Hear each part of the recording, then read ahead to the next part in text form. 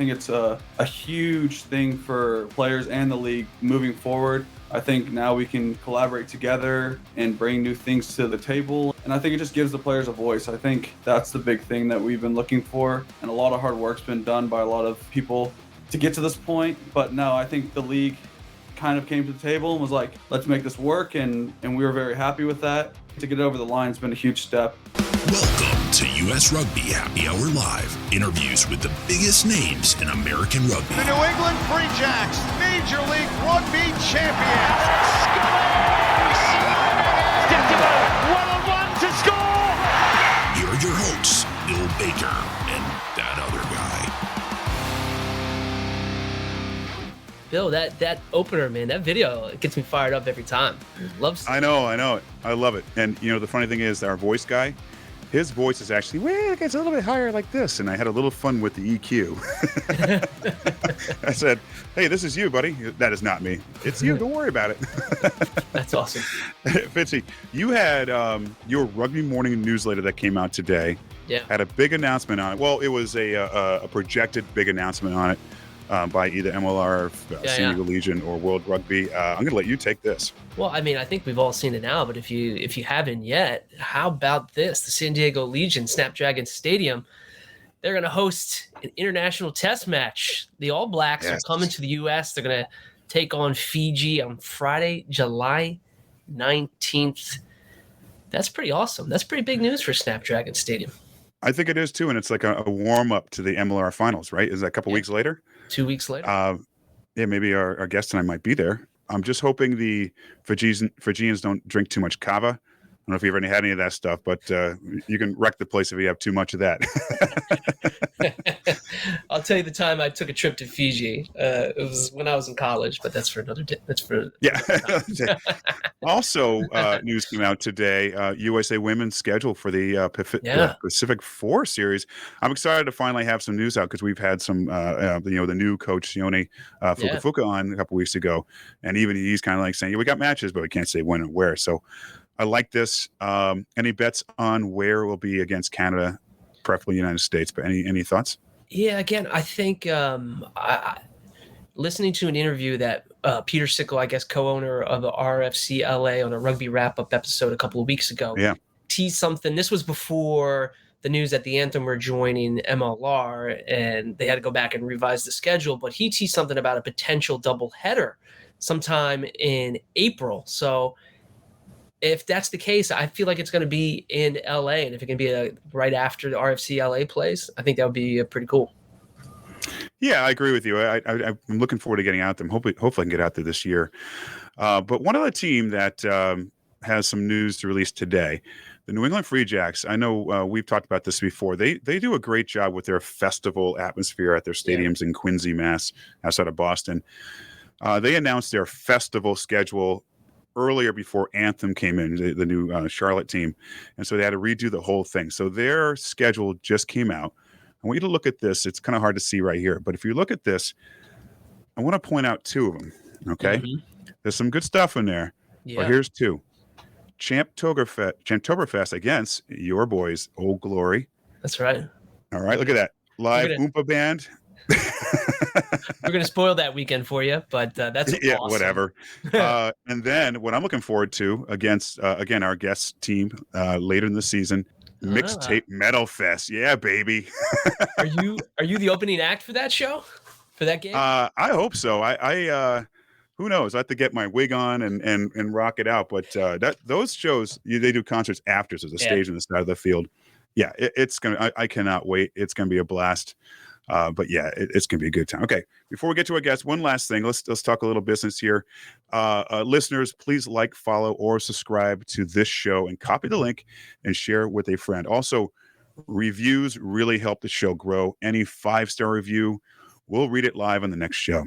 Follow us on social media and visit Eagles Overseas and Rugby Morning for more information. All right, let's get into it. Our guest is waiting in the green room. He is a member of the USRPA on the steering committee. Let's all welcome Seattle Seawolves tighthead Mason Pedersen. Hey, Mason. How's it going? Thanks for good. How are you? I'm good, man. Well. Are you strictly a tighthead? Do you play loosehead at all? Yeah, tighthead only. Tighthead only, like, screw that side. Yeah, I played loose head when I was younger, but tighthead for the last like 6 years. So Nice. I gotta commend you. The image that Seattle has of you on their website, you look like you're about to kick someone's ass, or yeah, I don't know. or like someone bumped into you in a bar. You're like, is there a problem? I don't know why they use the angriest photo of me. I'm really a happy person, I swear. Well, you know what? I actually like that a little better than the Austin picture. I think you're flying through the sky. Hitman. There we go. The Hitman. No, Bringing it's back all the vintage good. ones. Yeah, Fitz, you and I think we were talking about our research crew. Didn't you find something about Mason that we didn't know, or we did know? Yeah, absolutely. So our crack research team is this thing called Wikipedia. So thank you, Wikipedia. But Mason, so you grew up in Long Beach, California, or the Long Beach, California area. Yeah. Are you a surfer? I am not. Oh, I surfed a little bit when I was a little kid, did a little surf camp, but as I grew older, kind of grew out of it. Not very good, so I try to stick to the things that I'm good at. I get frustrated when I'm not. So I have a lot of friends that surf, but not me. Okay. So if you didn't surf, did you skateboard? I did skateboard when I was younger. Yes. Yeah. Nice. Every California kid does, don't they? Yeah, right. All right. One more Long Beach question. Sublime or Snoop Dogg? Who did you listen to? Sublime. Nice. There it is. Yeah. That's awesome. Definitely big into Sublime in high school. Definitely.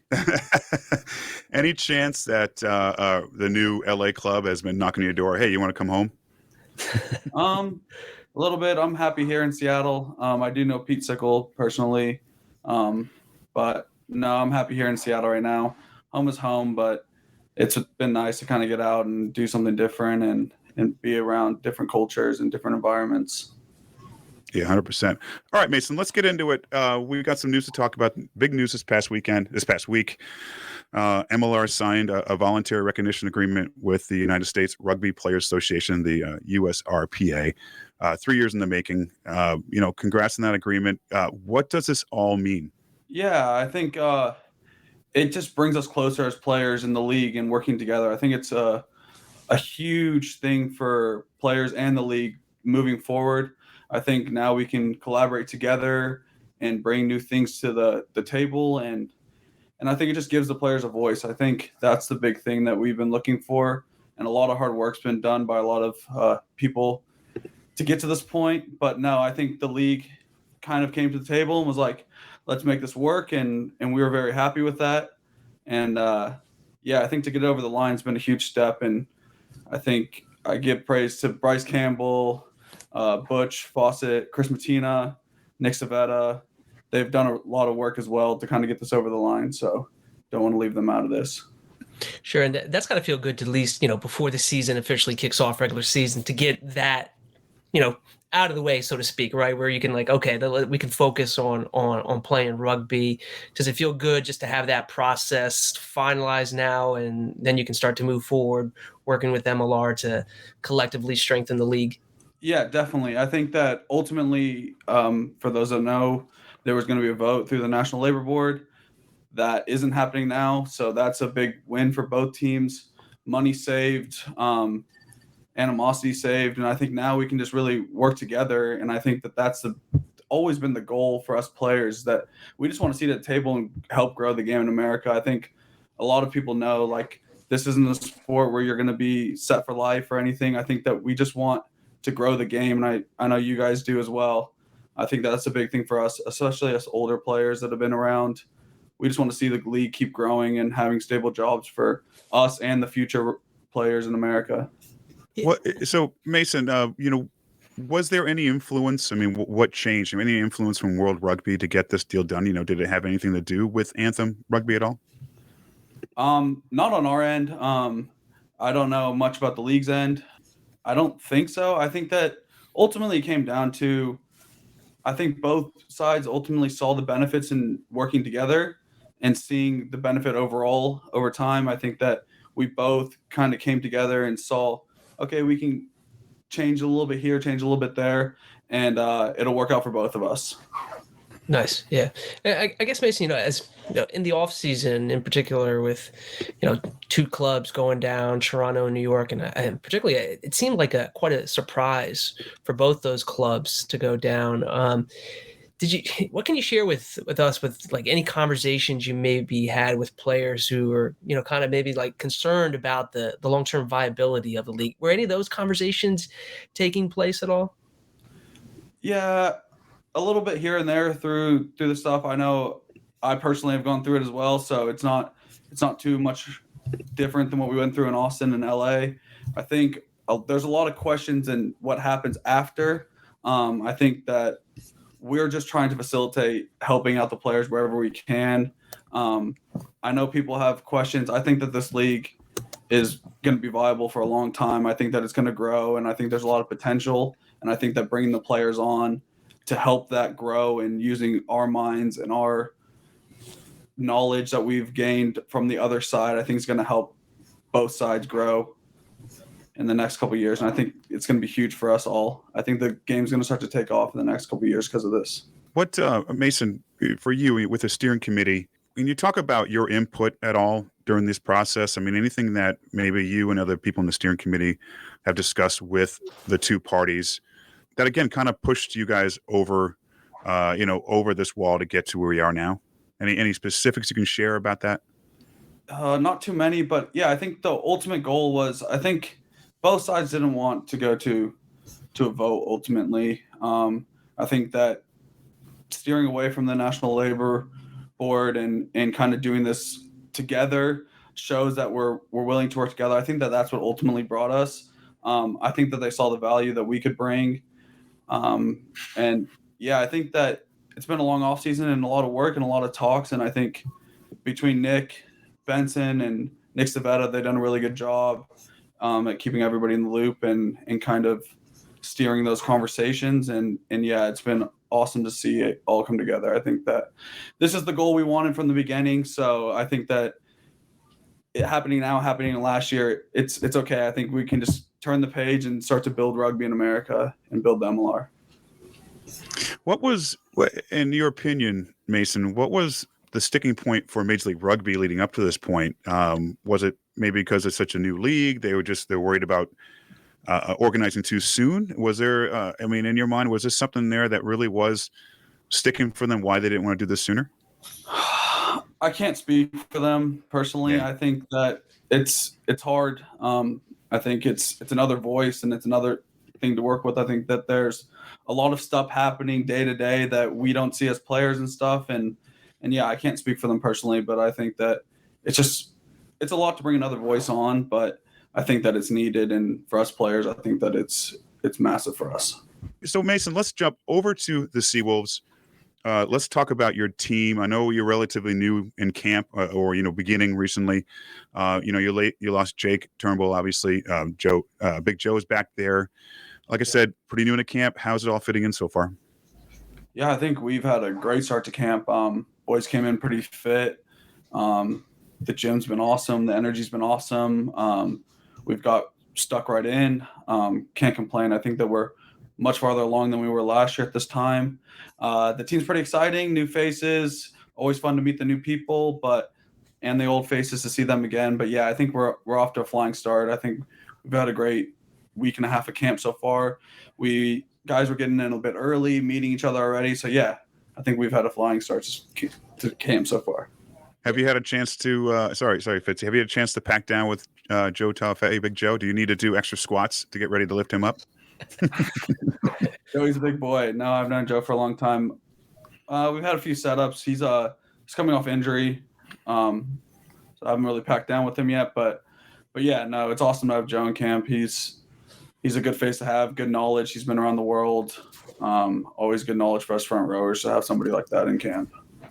Yeah, Mason. Last year Seattle had a good season, and what are the expectations going into it to this year? Certainly San Diego has retooled, and Houston's going to be a challenge, and Utah is always a sticky team to play. But what are some of the discussions in camp about? Is it like, hey, we've got a good team here, we can make a good run to the Shield? Yeah, I think everybody's seen the signings over the offseason, but we're really focused on ourselves. I think we have the squad to beat anybody on any day. The West is going to be hard. It's going to be a graft. Week in, week out, any team can beat each other. I think that we know that, and we know that we got to show up every day and work hard, knowing that when the games come, we got to be ready, and you can't start slow. You got to start fast. We got, I think, San Diego coming week 1, so we can't start slow. And yeah, we know that it's really about us ultimately. We got to nail our stuff and get our stuff ready so that we can be the best possible team that we can. I do think we have the horses to go all the way, and I think that the Shield is really what every team's looking after, but I think that we have a legitimate shot. Last year we came up a couple games short, and I think that we want to avenge that. I know there's a rich history here of making it to the final and competing for that Shield, so I think that the goal for all of us is to work as hard as possible to get back there. So, Mason, we got a couple questions came through about the agreement still, and these two have to do with healthcare. So I want to drop one up there, and I'll read it also in case you can't see the whole thing. But from Albarosa, what exactly will the association do? Is it going to provide some kind of healthcare? We know that was a big point in unionizing. I think, obviously, can't speak on any specifics, but I think ultimately over time, we would. I think healthcare is a big thing that we want to get across for the players. It's been something that we've vocalized and something that we think that is needed to be a person in America. I know healthcare is a bit different. So yeah, I think that our ultimate goal is to get all the players either healthcare or a chance to get healthcare. I think that's something that's on the horizon for us. I don't know how soon, but it's something that we're going to be working towards. Great. I know those two questions people asked about the healthcare, so definitely want to very important for you guys, extremely important for you guys. Obviously, I mean, that goes without saying. Jumping back to Seattle, and Fitz, I apologize if I stepped on your toes here. I was daydreaming over here, but last year, became the 27th player in MLR to reach 50 appearances. Yep. It's a pretty simple question. Well, actually, maybe it's not simple. Speaking of healthcare, what's the secret of staying healthy to accomplish 50 appearances? Yeah, I guess playing through injuries is a part of it. I had some shoulder off in 2 off seasons, so it's been nice to have an off season without a shoulder operation this year. I think being around long enough helps, and being a part of an organization for a long time and being a stalwart there, kind of helps out a bit. But yeah, I don't know. I love to play rugby. I like to be on the field through pain and whatever. I like to play. So hopefully here's to 50 more and 50 more after that. Man, back to that real quickly, talking about just playing through injury. Is there an injury you won't play through, or is it, so long as your head is okay, you don't have a concussion or anything, a dislocated shoulder, a twisted ankle, not a big issue for you? You're grunting through that? I'm trying to play through whatever I can. Sometimes scans come a bit later than you thought, so you don't know what it actually is. But no, as long as I can play at a reasonable level, I like to be out there and deal with stuff in the off season. I try to get through it all. But yeah, I've had some neck stuff in the past. I think that's probably the one that keeps you off the field the most as a prop. It's the hardest one to play through, but yeah, I try to stay on the field. You mentioned Starfire Stadium earlier. It's got to be fun playing in front of that home crowd. They always seem to come out and support pretty loudly, pretty vocally.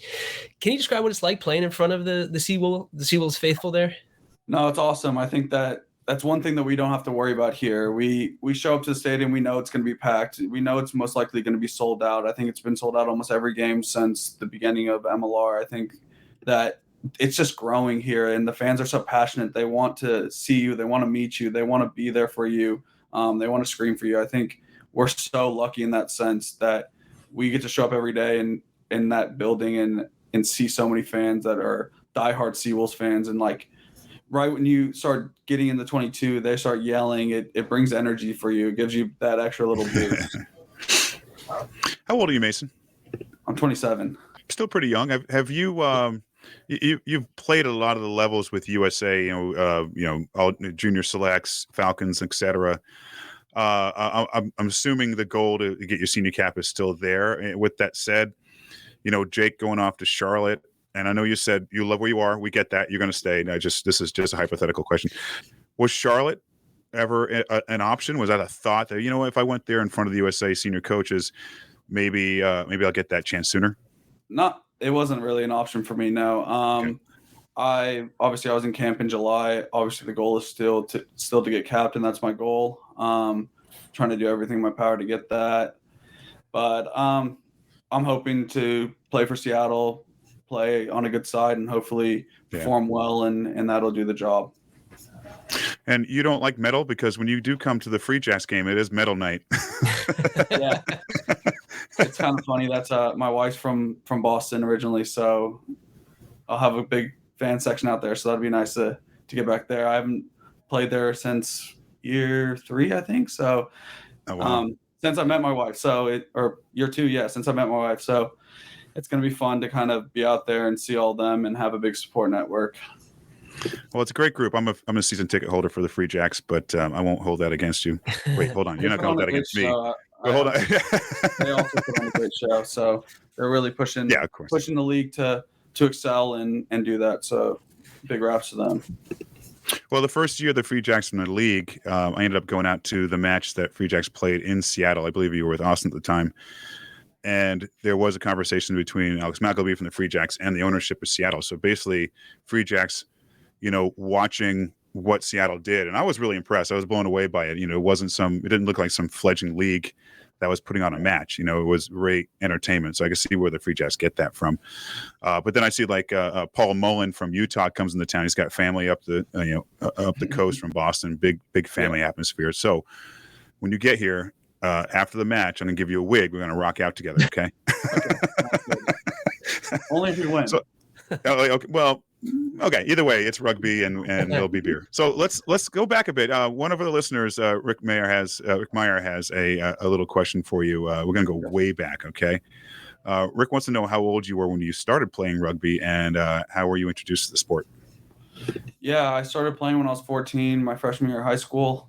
I played baseball growing up and football, and then in high school, my football friends were like, come on out, play rugby. They were just starting a high school team at my high school. Funny enough, Gavin Hickey was the head coach. Yeah. And I came out, and the rest is history. I loved it and stayed with it. And my high school team was pretty good, and we had a lot of fun and won a lot of games. So I think that helps. I think we had 7 high school Americans on it when I was there. So it was a pretty fun time. What high school was that, Mason? It was Wilson, but we played under Belmont Shore. Yeah. Okay. But so that's a good club to play under. Yeah, no kidding. How is the youth club scene in Southern California in terms of rugby? I think Belmont's got well over, I think, a couple hundred kids playing youth rugby at the moment. So I think that it's thriving. In San Diego, it's thriving. I think it's a hotbed. I think they still have a high school season and a club season, so you're playing double rugby.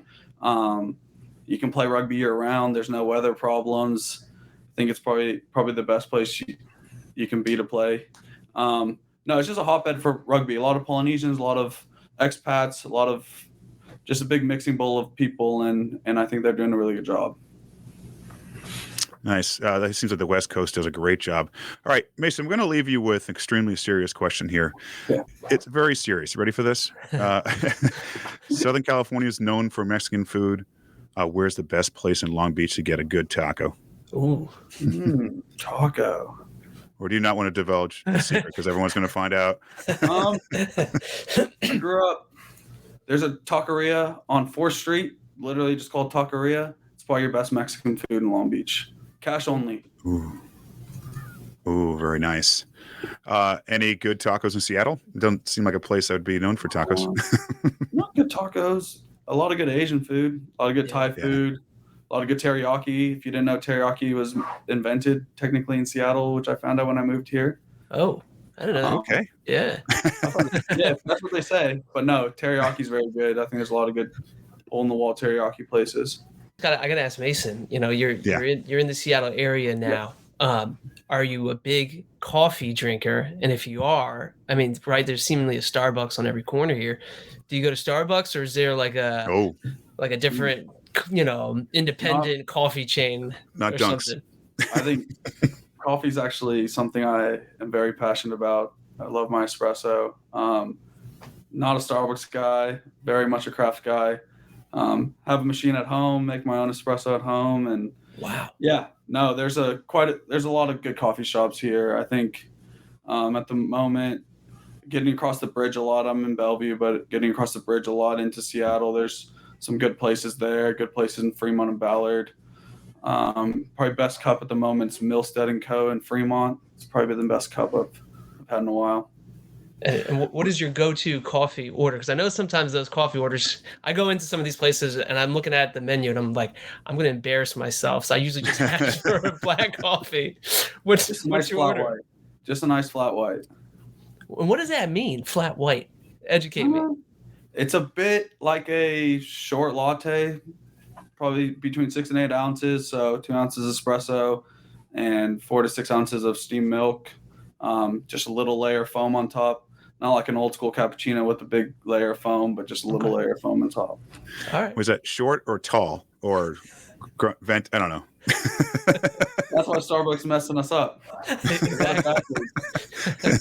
Exactly. Hey, Mason. Really, it's been a great conversation. We appreciate your input here on the new deal with USRPA and MLR. Congrats on that, and good luck this season. And I'm serious. I'm looking forward to headbanging with you after the match in New England. Yeah. No, I appreciate you guys having me on.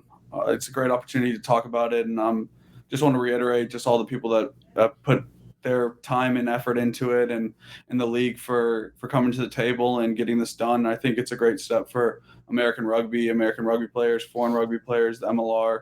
I think it's going to be a huge step in the future. Great. Cheers, Mason. We'll talk again soon. Nice. Appreciate it. Have a good night. There it is. We know coffee, tall, small,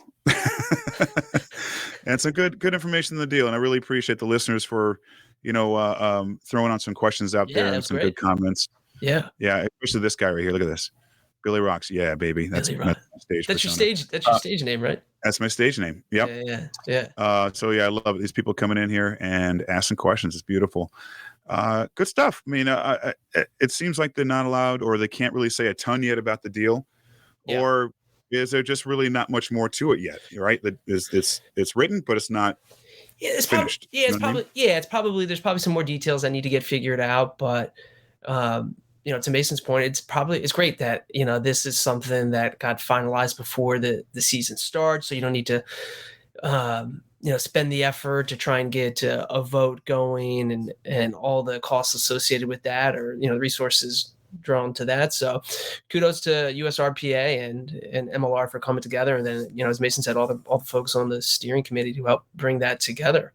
So I think that just continues to solidify and maybe legitimize things, right? Because if you look at the success of the other professional leagues, there's always a players association attached to it, right? From the NFL and MLB, NBA, NHL, you name it, they all have them. So I think this is just another great step in that long-term stability of the league. All right, we got this comment from Rick. We have to answer it because we asked our guest that. So I'm going to let you go first. No, you have to go first. I had to ask Mason what he meant by a flat white because I have no idea. I have no idea what that was. In the morning, it's just a regular coffee. I actually drink Pete's coffee out of Seattle. Yeah. With just cream, no sugar. And if I go to Starbucks or a local place, I'll get probably just a regular latte with whole milk. Love that stuff. Yeah. I'm you don't even drink. You're gonna say Tai Chi or not, whatever, chai tea. I have been drinking more tea lately in the evening time. It helps me calm down and relax a little bit. But in the morning, I'm not embarrassed to say this, man. I dropped that little Keurig pot in there. I've got the Dunkin' Donuts flavor. Oh, nice. And I put a little bit of the Starbucks like creamer in there. Yeah, I'm crossing all the brands when it comes to the coffee in the morning. Dunks. Well, I guess you're on the East Coast. You're allowed to say Dunks. All right, last one. This was asked. Wasn't asked earlier. Actually, I'm glad this was brought up. I don't know if you have any background information on this. So, a question about if USA still has a deal with Flow Rugby. I think a lot of us agree. We hope not. I thought it was up either in 23 or 24. I thought I think it was like a 3 or 4 year deal. I believe it's up this year at the latest. Who knows if it's going to get redone? And my imagination or my thought would be that it would go to the Rugby Network eventually. That's my thinking.